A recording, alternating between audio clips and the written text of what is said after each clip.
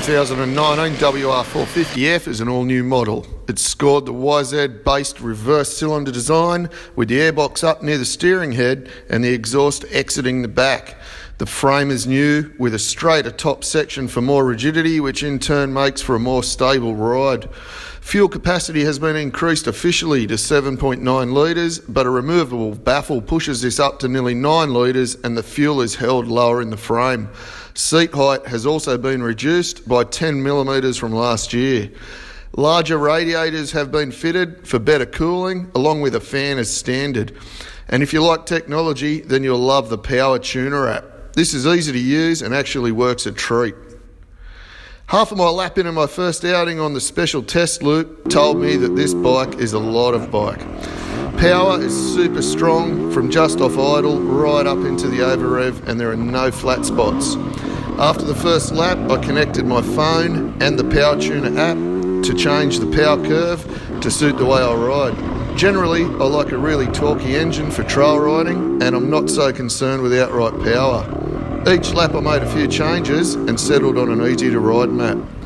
The power curve is still electric and the more outright power than I could ever use, but it became much better behaved.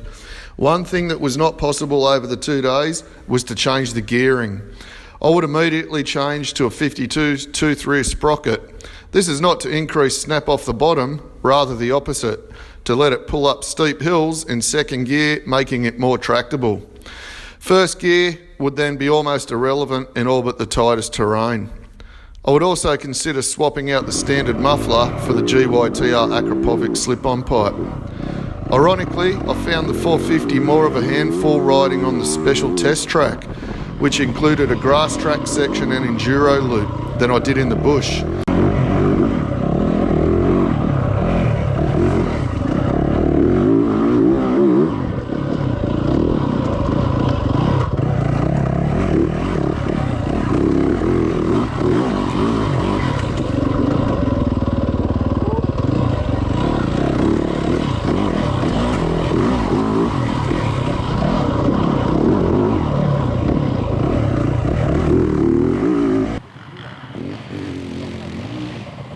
Thinking some more on it, I found the more open nature of the special test made me want to push harder, twisting the throttle further.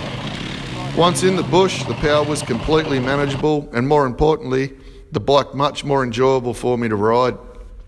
The dual map switch comes standard on the bars and is super easy to use on the fly. No stopping required. If the switch is white, it's on map 1, and if it's bright blue, it's on map 2. I found myself switching to map 2 when things got slippery. This is one of the few map switches I've sampled that has a really noticeable difference. There are, however, a few small issues with the WR that need a mention. Starting when hot was not as easy as I would expect, and there was a bit of a knack to it with the throttle. And for all the excitement, a slightly heavier flywheel would have been a great addition to give a bit of extra tractability up nasty hills. The other issue is really not an issue, but did take me somewhat by surprise, being induction noise. I've only heard induction noise on a couple of bikes that come close to this, and at first it is a little off-putting. The air filter and intake tract is just behind the steering head, so it's not really surprising, and a small price to pay for a cleaner air filter.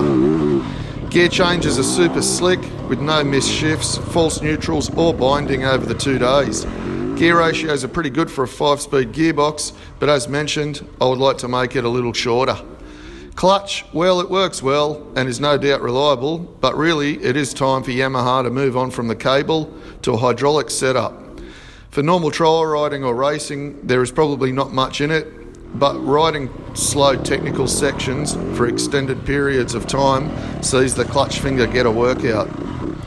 Chassis-wise, Yamaha have a winner.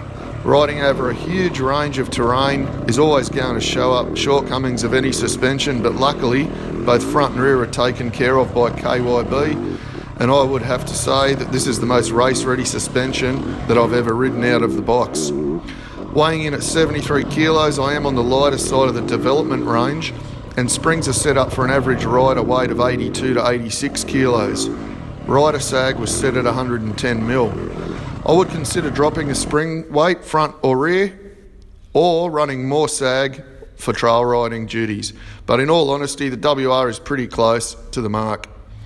The shock was seamless, only made some compression changes to gain a little more traction up snotty hills, and the rear of the bike was very settled on the trail with no complaints under acceleration or braking. Entering corners, the 450 tips in nicely and holds a line well with no surprises. The KYB dual chamber Triple S forks never bottomed out or jarred me, and there were some big hits that, to be honest, I thought were going to hurt. However, the forks just soaked it all up. The only area they would need a little work was in the initial stroke at mid-pace, where they tended to deflect over rocks. Braking as per normal for Yamaha is taken care of by Nissan front and rear. Brakes offer great feel, but I would like a little more power in the front. Finally, a well thought out heavy duty plastic bash plate covers all the important bits both underneath and off to the sides, including the water pump and even the radiator hose. Overall, this is a great package out of the box. In fact, one of the best I've ridden. You can truly buy this bike and not touch anything. Or if you're a little fussier like me, make a few small changes to get exactly what you want, depending on preferences or type of riding. Anyway, thanks for watching the video. Don't forget to subscribe to this channel. Check out the full review on BikeReview.com.au and have a fantastic day.